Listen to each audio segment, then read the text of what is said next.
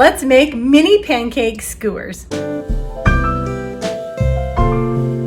Let's start with a half a cup of pancake mix. You can use Bisquick, you can use Crusties, or even Kodiak cakes.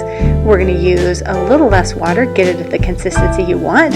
Make mini pancakes in a tablespoon each. Flip them over when they're brown. Now we're going to start with the insides. We're going to slice up fresh strawberry. Also going to slice up some fresh banana. We're going to stack these together, and you can see how that's done. These turn out bite-sized, beautiful, skewered.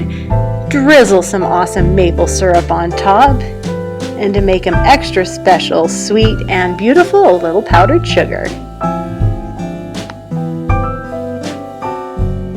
Now that is one hot bite.